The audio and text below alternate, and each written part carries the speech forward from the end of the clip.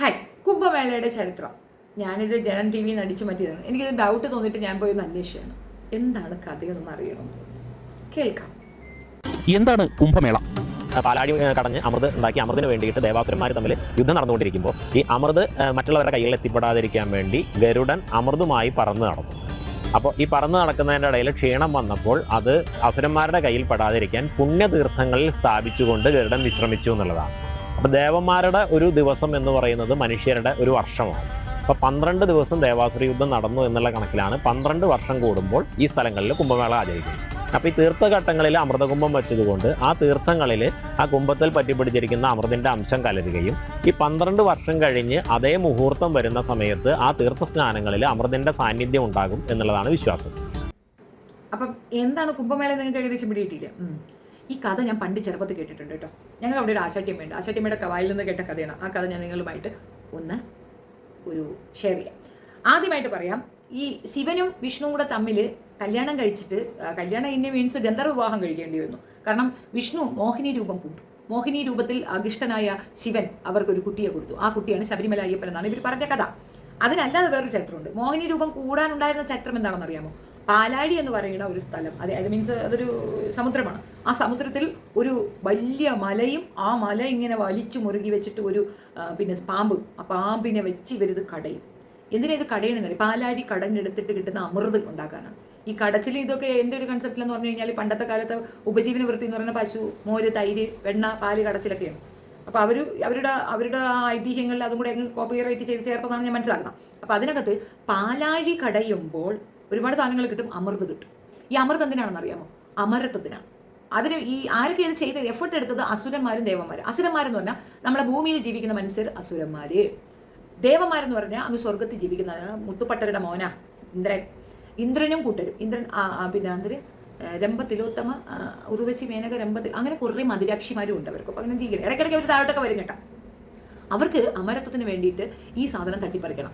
അത് ഒരുമാതിരി നീതിയില്ലാത്ത പരിപാടിയാണ്. ആസുരന്മാരും കൂടെ ചേർന്നല്ലേ പാലാഴി കടഞ്ഞത്, അങ്ങോട്ട് കൂടെ കൊടുക്കൂല, അവിടെ അട്ടിയ. അപ്പം അന്നുകൊണ്ട് ഈ വിവേചനം. ദൈവം ആരുടെ കൂടെയാ? ദേവന്മാരുടെ കൂടെയാ. വെളുത്ത പാറ്റി ആയതുകൊണ്ട്, ഇത് വേവാത്ത ദോശ ആയതുകൊണ്ട് ഇവരോട് പറ്റൂല. ഇത് കരിഞ്ഞ ദോശയും അത് വെന്ത ദോശയും, അതുകൊണ്ട് അവരുടെ കൂടെയാണ് ദൈവം വന്നത്. അപ്പോൾ ദൈവം തീരുമാനിച്ചു, ശരിയാണ്, അസുരന്മാർക്ക് അമരത്വം കൊടുത്താൽ നമുക്ക് കാര്യങ്ങളൊന്നും സാധിക്കത്തില്ല. അല്ലെങ്കിൽ മരിച്ചാലേ പ്രയോജനമുള്ളൂ. മരിച്ച് പുനർജന്മമൊക്കെ വന്നാലേ ഒരു രസമുള്ളൂ. ആ ഒരു സർക്കിൾ അങ്ങനെ കറക്റ്റ് ആകണ്ടേ, അതാണ് ഉദ്ദേശം. അപ്പോൾ അസുരന്മാരുടെ കയ്യിൽ നിന്ന് പിടിച്ചു വാങ്ങിക്കണം. ഈ അസുരന്മാരുടെ കയ്യിൽ ഇത് കിട്ടുന്നതിന് മുമ്പ് ഒരു ഗരുഡൻ ഇതെടുത്തുകൊണ്ട് ഓടും. ആ ഓടുന്ന ഓട്ടത്തിലാണ് നേരത്തെ പറഞ്ഞ കുംഭവും കുംഭമേളയും അതിനോടനുബന്ധിച്ച സംഗതിയും വന്നിട്ടുള്ളത്. അതാണ് കുംഭമേളയുടെ ചരിത്രം. ലാസ്റ്റ് ആർക്ക് കിട്ടിയെന്ന് നിങ്ങൾക്ക് അറിയത്തില്ലേ? നമ്മുടെ മോഹിനി ചേച്ചി അത് നിന്ന് കുഴഞ്ഞാടി അതങ്ങ് വാങ്ങിച്ച് ദേവന്മാർക്ക് തന്നെ കൊടുത്തു. അസുരന്മാർക്ക് ഒരു പിന്നാക്കം കിട്ടിയിട്ടില്ല. അവിടെ തന്നെ നീതിയില്ല. പോട്ടെ, അത് നമ്മളൊന്നും പറയേണ്ട. അവർക്കിപ്പോൾ നീതി വേണമെന്ന് അവരൊന്നും ചോദിച്ചില്ലല്ലോ. നമ്മളായിട്ട് വാങ്ങിച്ചു കൊടുക്കാനും നിൽക്കേണ്ട. അതൊക്കെ എന്തെങ്കിലും ആയിക്കോട്ടെ. കുംഭമേളയിൽ നടക്കുന്നത് ഫാൻസി ഡ്രസ്സാണ്. ആ ഫാൻസി ഡ്രസ്സാണ് എന്ന് പറയാൻ വേണ്ടി മാത്രമാണ് ഞാൻ ഇത്രയും പറഞ്ഞത്. ഇതിനകത്ത് പലരും ഈ പ്രച്ഛന്ന വേഷത്തിൽ ശിവന്റെ മറ്റൊരു മുഖമായിട്ട് വന്ന് കിടന്ന് ഡാൻസ് കളിക്കുന്നുണ്ട്. വാസ്തവത്തിൽ ശിവന്റെ മറ്റൊരു രൂപത്തിനെയാണ് നമ്മൾ ഈ അഘോരികൾ എന്ന് പറയുന്നത്. തമിഴ്നാട്ടിൽ ഇതിനെ പൂച്ചാണ്ടികൾ എന്ന് പറയും. പൂച്ചാണ്ടികൾ ഭയങ്കര ഡേഞ്ചറസ് സോൾസ് ആണ്. പേടിപ്പിക്കുന്നതാണ് പൂച്ചാണ്ടികളെന്ന്. അവരുടെ രൂപം വളാണ്ട് ഇതുപോലെ ആയിരിക്കും, പ്രാകൃതമായിരിക്കും. അതായത് ദേ ഡോണ്ട് കെയർ അബൌട്ട് ഈ ഫിസിക്കൽ ബ്യൂട്ടിക്ക് നിന്നും ഒരു കെയർ കൊടുക്കുന്ന ആളുകളല്ലാത്തതുകൊണ്ട് അവരങ്ങനെ പ്രാകൃത വേഷരാകുന്നത്, ജട കെട്ടിയിട്ടൊക്കെ. പക്ഷേ ഇന്നർ മൈൻഡിൽ ഇപ്പോൾ സാധാരണ സന്യാസികളെക്കാൾ കൂടുതൽ ഡെപ്തിലുള്ള ഒരു വിഭാഗമാണ് അഘോരി. അതൊരു സാധനയാണ്. 10-20 വർഷത്തോളം എടുക്കുന്ന ഒരു സാധന. ലൗകിക ജീവിതങ്ങളിൽ നിന്നെല്ലാം മാറി ചിന്തിച്ച് ധ്യാനത്തിൽ അമർന്നിരിക്കുന്ന, വർഷങ്ങളോളം ഫുഡ് കഴിക്കാതെ തന്നെ ഇരിക്കുന്ന ഒരു വിഭാഗം എന്നൊക്കെ പറഞ്ഞു കേട്ടിട്ടുണ്ട്. അഘോരികളെ പറ്റി ഒരുപാട് പേര് റിസർച്ച് നടത്തിയിട്ടുണ്ട്. റിയൽ അഘോരീകൾ കാടിനുള്ളിലാണ് ഫൈൻഡ് ഔട്ട് ചെയ്യുന്ന, ആദിവാസി സമൂഹത്തിൻ്റെ ഇടയിലാണ് കിട്ടാറുള്ളതെന്നും പറഞ്ഞു കേട്ടിട്ടുണ്ട്. പക്ഷെ കൈലാസവും കാശിയും ഒക്കെ ഇതിനിപ്പോൾ ഇങ്ങനെ ഫേമസ് ആയതുകൊണ്ട് ഒരുപാട് ഡ്യൂപ്ലിക്കേറ്റ് അഘോരികളെ നമുക്ക് അവിടെ കിട്ടാൻ പറ്റും. അഘോരികളുടെ മറ്റൊരു സ്പെഷ്യാലിറ്റി, അതിനകത്ത് എനിക്ക് ഏറ്റവും അട്രാക്റ്റീവായി തോന്നിയത് എന്താണെന്ന് പറഞ്ഞാൽ, ശിവഭഗവാനിക്ക് ആദ്യത്തെ ഭാര്യ അവർ മരണപ്പെടുന്ന സമയത്ത് പുള്ളിക്കാരനെ സേവ് ചെയ്യാൻ പറ്റുമായിരുന്നു. നിസ്സാരമായ ഒരു കാരണത്തിലാണ് പുള്ളി, അതായത് ഈഗോ ക്ലാഷിലാണ് കയറി ചാടി ചത്ത് കളയുന്നത്. ഒരുതരം സൂയിസൈഡ് തന്നെയാണ്. അപ്പോൾ അത് കണ്ണിൽ കാണേണ്ടി വന്ന ഒരു കാമുകൻ അല്ലെങ്കിൽ ഭർത്താവിൻ്റെ ആ ഒരു അവസ്ഥ, ആ തീക്ഷണത ആ കണ്ണുകളിലുണ്ട് എന്നാണ് പറയുന്നത്. അത് തന്നെയാണ് ഓരോ അഘോരികളുടെയും കണ്ണിൽ നമുക്കത് ഗ്രഹിക്കാൻ പറ്റും. മറ്റൊരു വിവാഹമെന്നല്ല, മറ്റൊരു ലൈഫേ ചിന്തിക്കുന്നില്ല ഇണയില്ലാതെ. അപ്പോൾ ഇണ തൻ്റെ കൺമുന്നിൽ നശിപ്പിക്കപ്പെടുകയാണ്. തനിക്ക് സേവ് ചെയ്യാൻ കഴിയുമായിരുന്നിട്ടും ചെയ്യാൻ കഴിയാതെ ഇരുന്ന ഒരു അവസ്ഥ. ആ അവസ്ഥയിൽ വരുന്ന ഒരു നിരാശയിൽ നിന്ന് വരുന്ന ഒരു ക്രോധം, അതാണ് ആ കണ്ണുകളിൽ ഉണ്ടാവുക എന്നൊക്കെ ഇങ്ങനെ പറഞ്ഞു കേട്ടിട്ടുണ്ട്. നമ്മൾ ഒരുപാട് വായനകളിൽ കിട്ടിയതാണ്.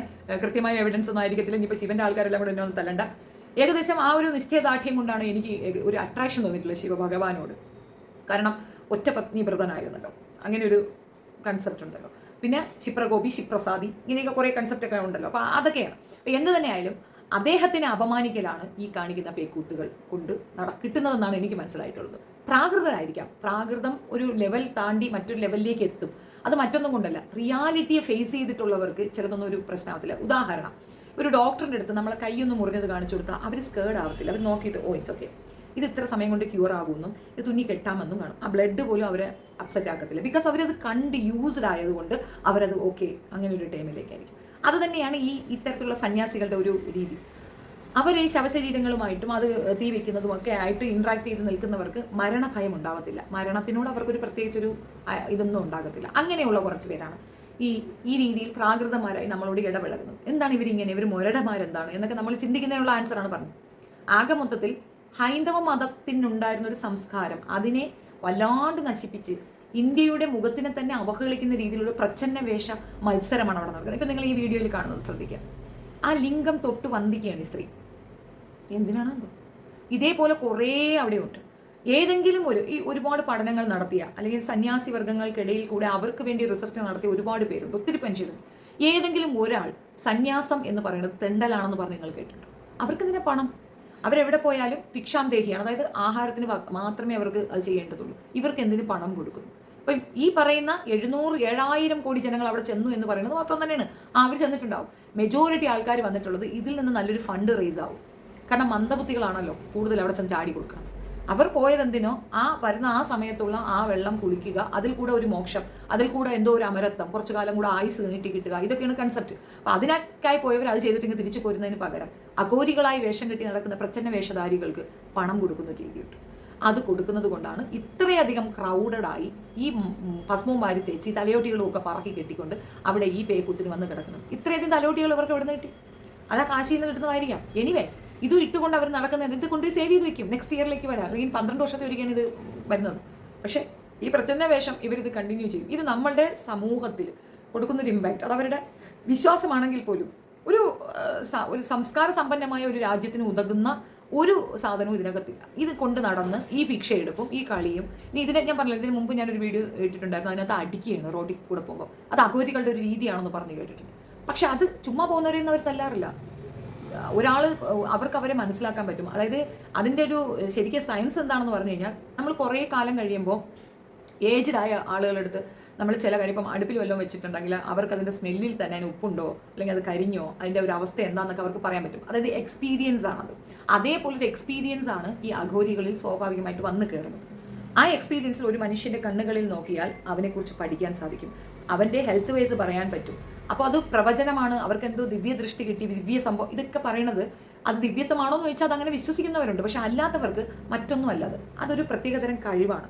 ഇപ്പോൾ ഒരു സൈക്യാട്രിസ്റ്റ് പഠിച്ച ഒരു ഡോക്ടർ, അദ്ദേഹത്തിന് നമ്മളെക്കാൾ കൂടുതൽ നമ്മുടെ കൂടെ സന്തത സഹചാരിയായ ഒരു വ്യക്തിയെ അനലൈസ് ചെയ്യാൻ ഒരു ഡോക്ടർക്ക് സാധിക്കുന്നത് എന്തുകൊണ്ടാണ്? എക്സ്പീരിയൻസ് ആണ്. അത് എക്സ്പീരിയൻസ് അവർക്കുണ്ട്, അത് തർക്കമൊന്നുമില്ല. അതിനപ്പുറം അവർക്ക് വലിയ ക്വാളിറ്റിയോ അല്ലെങ്കിൽ ഭയങ്കര ഒരു സംഭവങ്ങളാണ്, ദൈവത്തിൻ്റെ നേർ മുതലുകളാണെന്ന് പറയില്ല. ഒരു അഘോരികളും ഇമാതിരി പേക്കൂത്തിന് വന്ന് ചാടി കൊടുക്കും. ഒരാൾ പോലും അതിനകത്തില്ല എന്നുള്ളതാണ് എനിക്ക് മനസ്സിലായിട്ടുള്ളത്. പക്ഷേ ഈ ഫാൻസി ഡ്രസ്സ് കൊണ്ട് ഇന്ത്യയുടെ മുഖത്തിന് നല്ല പോലെ ചെളി വാരി എറിയാൻ പറ്റിയിട്ടുണ്ടെന്നാണ് മനസ്സിലാക്കുന്നത്. ഇപ്പോൾ അവിടെ എന്തൊക്കെ ആക്സിഡൻറ്റ്, ഭയങ്കര മഹാകുംഭമേള, മഹാസംഭവം. അയാളൊരു ബിസിനസ്സുകാരനാണ്. ആ ബിസിനസ് അയാൾ കറക്റ്റായിട്ട് ഇംപ്ലിമെൻറ്റ് ചെയ്തു. മന്ദബുദ്ധികൾ അവിടെ ഒന്ന് ചാടിയിട്ടുണ്ട്, ആ പൈസ കിട്ടിയിട്ടുണ്ട്, അത് നല്ലതാണ്. ഇതേപോലുള്ള ഈ പറയുന്ന തീർത്ഥാടനം ഒരു ബിസിനസ് തന്നെയാണ്. അത് എവിടെവേറെ എല്ലാവരും എല്ലാ കമ്മ്യൂണിറ്റി ഉപയോഗിക്കുന്നുണ്ട്, എല്ലായിടത്തും ഉണ്ട്. ഇപ്പം വത്തിക്കാൻ അങ്ങനെയുള്ളിടത്ത് പോകുന്നത് തീർത്ഥാടനം, അത് അവർക്കൊരു വരുമാന മാർഗ്ഗമാണ്. അതേപോലെ സൗദി, അവിടെയും അതൊരു വരുമാന മാർഗ്ഗമാണ്. അല്ല എന്ന് തർക്കിച്ചുകൊണ്ട് വരേണ്ട ആണ്. അതേപോലെ ഇത് വരുമാന മാർഗ്ഗമാണ്. ശബരിമല വരുമാന മാർഗ്ഗം തന്നെയാണ്. ഭക്തി ഒരു ബിസിനസ്സാണ്, നല്ലൊരു ബിസിനസ്സാണ്, അത്യാവശ്യം നല്ല ഫണ്ട് കിട്ടുന്ന ഒരു ബിസിനസ്സാണ്. പക്ഷേ ഇതിൽ കൂടെ അപമാനിക്കപ്പെടുന്ന ഒരു സമൂഹം നമുക്കുണ്ട് എന്നുള്ളത് മാത്രം പറഞ്ഞു എന്നേ ഉള്ളൂ. ഇത്തരം വൾഗാരിറ്റിയെ ഇത് ഞങ്ങളുടെ വിശ്വാസമാണ് എന്ന് പറഞ്ഞുകൊണ്ട് ഇതിനെ അങ്ങോട്ട് ബൂസ്റ്റപ്പ് ചെയ്യുന്ന മന്ദബുദ്ധികളോട് എനിക്കൊന്നേ പറയാനുള്ളൂ. നിങ്ങൾ നശിപ്പിക്കുന്നത് നിങ്ങളുടെ തന്നെ സംസ്കാരമാണ്.